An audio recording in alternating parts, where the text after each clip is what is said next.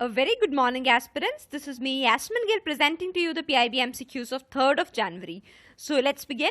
You can also rate and review the course by going on Unacademy's website and searching PIB January. So you'll come across various courses. Just click on the course that you wish to rate and review. Once you click on the course, it opens, and other than that, after opening, you will see a dialog box whereby reviews is shown. So once you click on reviews, you can write a review and also give your star ratings. Also pictorially, if you are unable to do so, just go on the overview lesson of the course. Once you click on the overview lesson, there it is pictorially explained that how to rate and review the lessons. So let's begin with a couple of instructions. Do watch yesterday's PIB summary, and once you do attempt all these questions, do mention your scorecard out of 10 in the comment section. So beginning with the questions. First, which among them is true of BCCI? A. BCCI stands for Board of Cricket Control for India. B.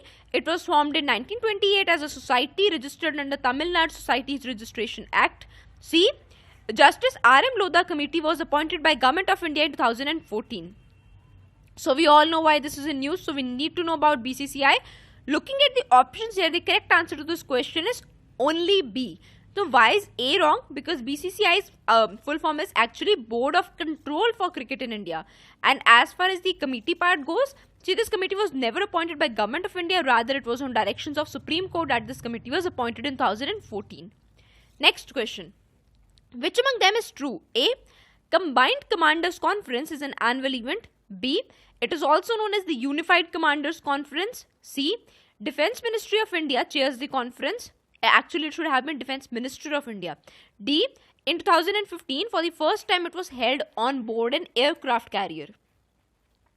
So this is also in news recently, and yesterday only there was an article in Indian Express related to the same. So looking at the correct options here, the first and second part is correct. If you look at option C, it is not Defence Minister, rather he is Prime Minister, he or she is Prime Minister who actually chairs the conference. And as far as the D part goes, it is absolutely correct. Last year it was held on board an aircraft carrier which was INS Vikramaditya. So here we have A, B and D as the correct option. Next, which among them is true? A. MCLR, you must be aware of this term, right? Marginal cost of lending rate. So it's question pertaining to that, and why this is important, because banks have recently slashed down their rates. So looking at the options, firstly A. MCLR will enable monetary transmission in the banking sector. B. It is a tenor linked rate. C. It is to be reviewed on an annual basis. So looking at the correct answer here, the correct answer to this particular question is C. A and B both are correct. If you look at the C part, it is to be reviewed on an annual basis. No, this is wrong. MCLR would be reviewed on a monthly basis, but yes, it is a tenor linked, and yes, it will enable the rate cut which has been implemented by RBI to be passed on to consumers by the banks. Next, which among them is true? A. Grand Palace is a popular exhibition hall. B. It is located in Italy. C. Eternal Sites is a recent addition to it that showcases the heritage of European art. So why this weird question? So this is a recent, there is a recent news regarding the same, and even Indian Express covered it, so we'll be doing it. So looking at the options, the first one is absolutely correct. Grand Palace is indeed a popular exhibition hall. B is wrong. This popular exhibition hall is not located in Italy, rather in France. It is actually based in Paris.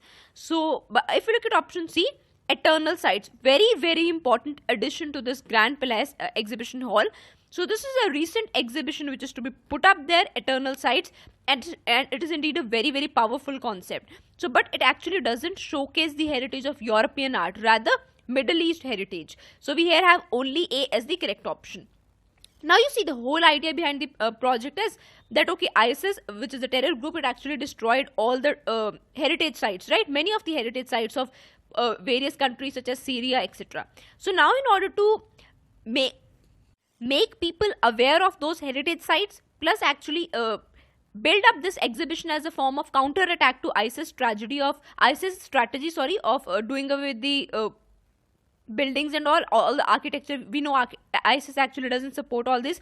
So in order to act as a counter strategy, this is one strategy which is pursued by Europe. So the whole exhibition is known as From Bamiyan to Palmyra. Now you have to tell me in the comment section, where are these two very, very popular heritage sites located? Bamiyan and Palmyra. Both of them were severely destroyed by ISIS. Next, which country has recently declared an orange alert in few of its cities? US, China, India, Saudi Arabia.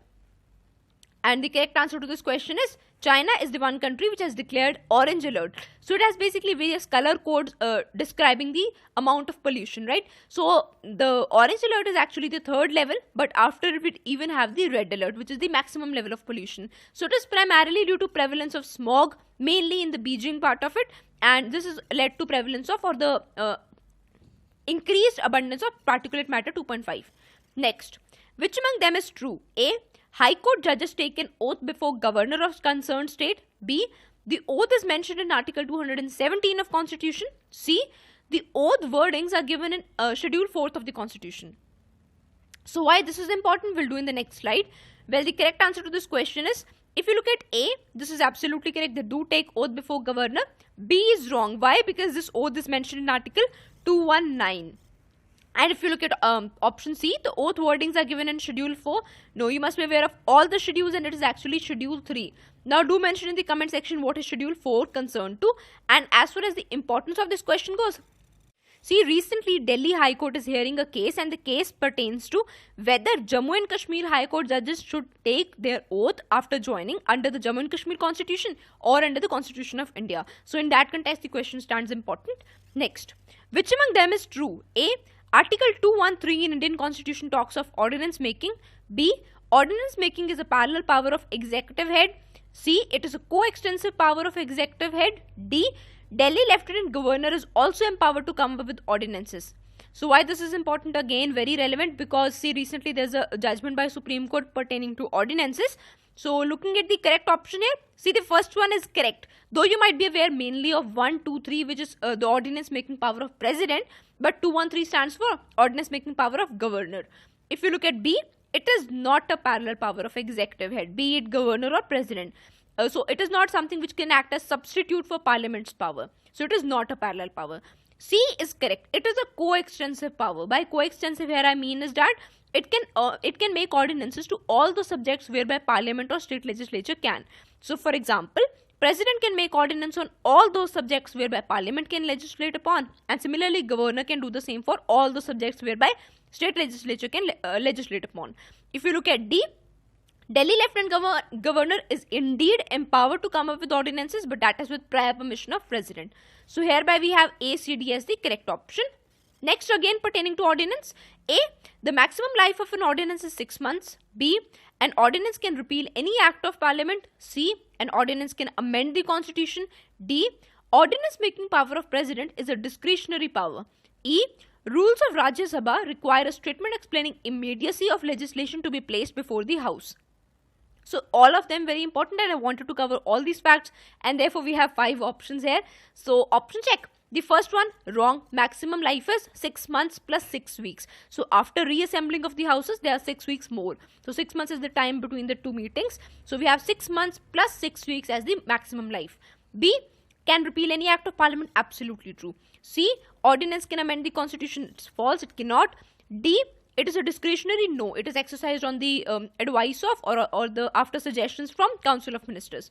If you look at E, it is not rules of Rajya Sabha, rather rules of Lok Sabha, which require a statement that what was the urgency that an ordinance had to come up. So we here have only B as the correct option. Rest of the correct alternatives are given here. Next, where will the next Pravasi Bharatiya Divas, it should have been not Pravasi Divas, Pravasi Bharatiya Divas be held?